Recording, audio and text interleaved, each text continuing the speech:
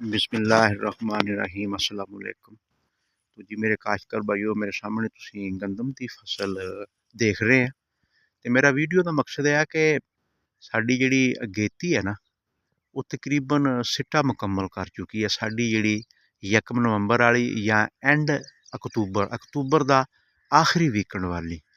ते वीडियो दा मकसद है कि DAP दा बहुत कम इस्तेमाल कीता वा ते सिट्टे बड़े खुशहाल आ। की राज आ ते अगर कोई भी क्रॉप्स, चलो अज तो गंदम की गलबात कर रहे हैं, तो खुराक जिहड़ी है ना उन्होंने किस्तां की शक्ल दे विच देना चाहिए वा।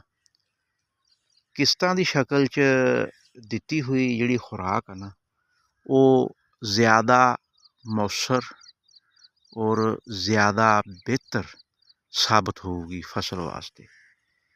ते तकरीबन एक गिठ तो थोड़ा ही कम आ सिट्टा, एक गिठ की लेंथ सिट्टे जिहड़े हैं वो तकरीबन बने पे अलहमदुलिल्लाह। ते मैं ना जी दिखा भी दिना वा, एक लकड़ी जी आ, ये एक गिठ ते मुश्तमल आ। ते लो जी एवें ना ये 2 घुरियां घट वा एक गिठ नालों, सिर्फ 2 घुरियां। ते दूसरा भी लै लेने आ, फिर मेरे सामिया ने भी कह सकते कि एक सिट्टा सिलेक्ट की बैठा, दूसरा कर लेने सिलेक्ट। लो तकरीबन एक घुरी या 2 घुरियां घट वा।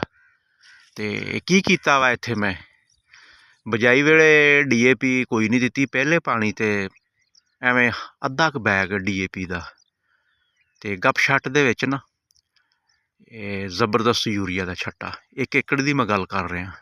अच्छा, जो दूसरा पानी लाया ना तो यूरिया फास्फेट दी है। हुण बहुत सारे दोस्त यूरिया फास्फेट तो जानकारी नहीं। यूरिया फास्फेट जिहदे विच यूरिया और फास्फोरस शामिल आ और सल्फर भी शामिल आ, ठीक आ। अवेलेबिलिटी बढ़ जाती है तो पौधे नूं डिफरेंट जगह ते डिफरेंट स्टैप, मिसाल तौर पर पहला स्टैप दाना सिट दिता, जड़ का अमल, जड़ का अमल जिहड़ी अद्धी बोरी पाई सी उन्हें कुछ मजबूत बनाया।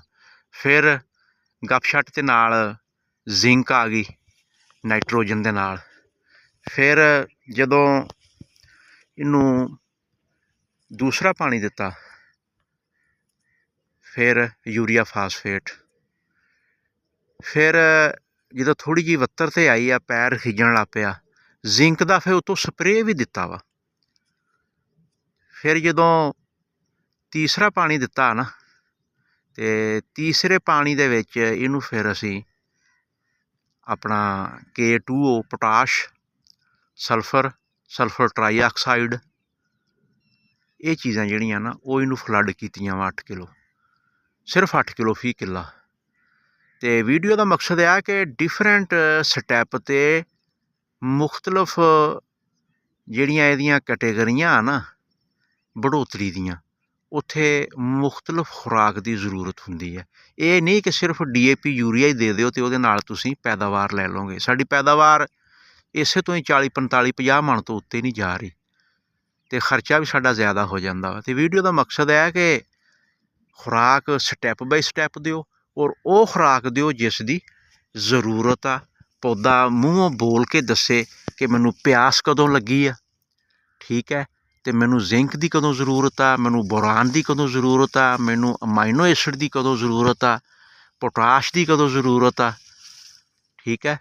ये सारिया चीज़ों का ख्याल रखो तो फिर ही अच्छी पैदावार मिल सकती है। ये इजाज़त चाहते हैं जी। नैक्सट वीडियो तक अल्लाह हाफिज़।